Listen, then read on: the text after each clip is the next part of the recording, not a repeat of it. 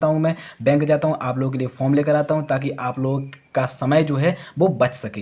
तो हेलो दोस्तों, स्वागत है आपका अपने चैनल में। आज की वीडियो में आपको बताने वाला हूँ कि आप कैसे अपने एसबीआई अकाउंट की पीएमएसबीवाई जो स्कीम है उसमें आप बहुत आसान तरीके से कैसे नॉमिनी को ऐड कर सकते हो, कैसे आप मॉडिफाई कर सकते हो, कैसे आप चेंज कर सकते हो, उसका कंप्लीट प्रोसेस क्या है, कौन कौन से डॉक्यूमेंट लगेंगे, आज की वीडियो में आपको प्रॉपर बताने वाला हूँ। फ्रेंड, मेरी आपसे छोटी सी गुजारिश है कि आपको वीडियो पूरी देखना है। वीडियो थोड़ी सी लंबी हो सकती है क्योंकि कंप्लीट प्रोसेस थोड़ा सा लंबा ही होता है। तो सिंपल है फ्रेंड, करना क्या, कुछ नहीं करना है, आपको अपने चैनल को सब्सक्राइब कर लेना और वीडियो को लाइक कर लेना है क्योंकि ऐसे ही हेल्पफुल कंटेंट मैं आप सभी के साथ शेयर करता रहता हूँ। तो चलिए फ्रेंड, शुरू करते हैं।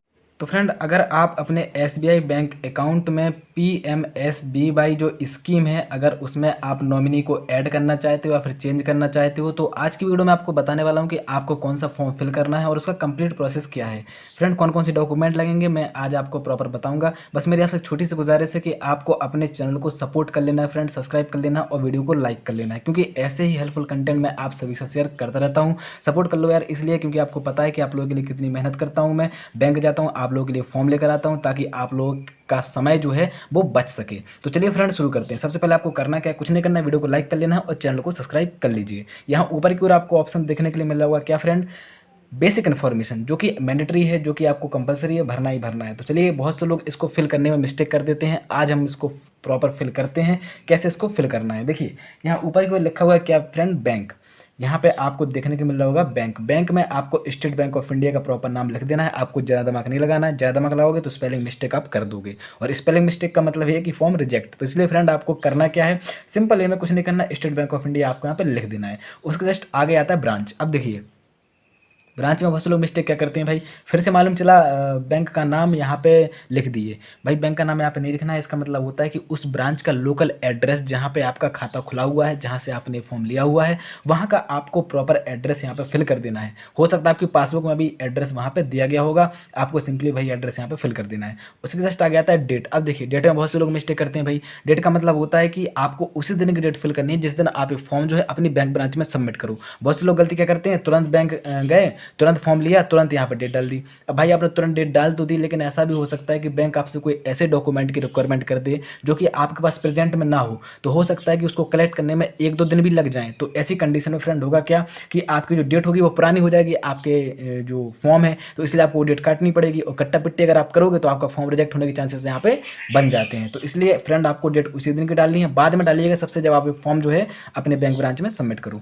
उसके जस्ट नीचे आता है क्या, first applicant name and second applicant name. देखिए, यहाँ पे इसका मतलब होता है कि अगर आपका खाता जुड़ा हुआ है, किसी के साथ जॉइंट है, आपका जॉइंट खाता है, तो आपको पहले अपना नाम यहाँ पे लिखना है और उसके नीचे जस्ट उस पर्सन का नाम लिखना है जिसके साथ आपका खाता जुड़ा हुआ है। अगर आपका खाता जुड़ा हुआ नहीं है, सिंगल खाता है, सेल्फ खाता है, तो केवल आपको अपना नाम यहाँ पे लिखना है, नीचे वाला पोर्सन आपको खाली छोड़ देना है। मैं आपको पहले बता दे रहा हूँ।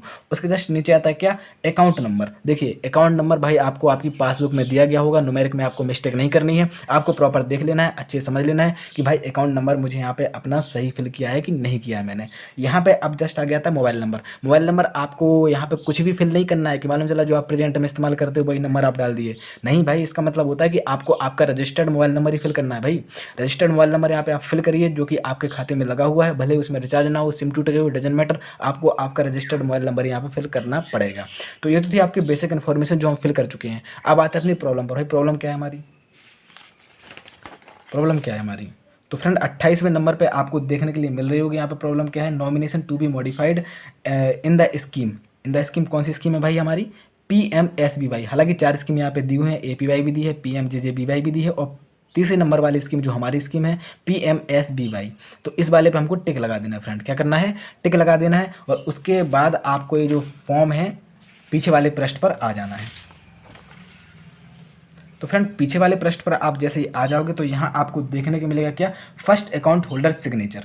देखिए, यहाँ पे इसका मतलब है कि आपको आपके रजिस्टर्ड सिग्नेचर ही करने हैं। ऐसा नहीं है कि आप कोई भी सिग्नेचर कर दिए भाई। जो आपके खाते में आपके सिग्नेचर लगे हैं आपको वही सिग्नेचर करने हैं। अगर आप कोई और सिग्नेचर कर दोगे तो यहाँ पे आपका जो फॉर्म जो है रिजेक्ट कर देगा बैंक ऑफिशियली, मैं आपको पहले बता दे रहा हूँ। तो इसलिए अगर आपको नहीं पता है कि मेरे सिग्नेचर क्या है, कौन से सिग्नेचर मेरे खाते में लगे हुए हैं, तो आपको वहाँ पहले पता कर लेना है कि सर मुझे मेरे सिग्नेचर बता दीजिए, मुझे ये फॉर्म फिल करना है। तो आपको आपके सिग्नेचर बता दिए जाएंगे और आपको वही सिग्नेचर यहाँ पे करने हैं जो आपके खाते में लगे हुए हैं।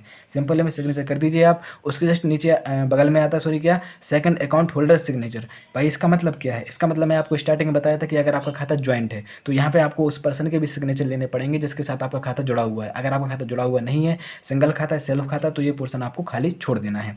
तो चलिए, ये तो थे आपका फॉर्म का प्रॉब्लम जो कि हम लोग भर चुके हैं। इसमें ज़्यादा दिमाग नहीं लगाना, अगर आप ज़्यादा दिमाग लगाओगे तो फॉर्म गलत कर लोगे फ्रेंड। इसलिए आपको करना क्या है, अब आते हैं हम डॉक्यूमेंट पर। भाई डॉक्यूमेंट में क्या क्या लगेगा? आधार कार्ड की फोटोकॉपी ले लीजिए, एक पैन कार्ड की फोटोकॉपी ले लीजिए, और एक आपको पासबुक की फोटोकॉपी लेनी ही पड़ेगी। भाई सीधी बात है, पासबुक की तो लेनी पड़ेगी, उनको चाहिए भी तो है कि हाँ ये आपका ही अकाउंट है। तो यहाँ पे आपको 3 फोटोकॉपी लेनी है जो कि बेसिक डॉक्यूमेंट है, जो लगेंगे ही लगेंगे। इसके अलावा भी बैंक आपसे कोई अदर डॉक्यूमेंट की रिक्वायरमेंट भी कर सकता है। ये मैं आपको कंपलसरी नहीं बताऊँ भाई, कि होता क्या है ना कि हर एक बैंक ब्रांच का जो प्रोसीजर होता है वो थोड़ा सा अलग अलग होता है। तो यहाँ पर डॉक्यूमेंट भी थोड़ा सा डिफरेंट आपसे मांगा जा सकता है। तो इसलिए फिलहाल तो ये जो बेसिक डॉक्यूमेंट है वो आपको बता दिया हूँ, सिंपली आपको अटैच करना है। और ये फॉर्म जो है आपको आपके ऑपरेशनल मैनेजर को दे देना है और कहना है सर मुझे मेरा जो नॉमिनी है PMSBY के लिए, तो बहुत आसान तरीके से आपका जो प्रोसेस है वो यहाँ पे एक्सेप्ट कर लिया जाएगा।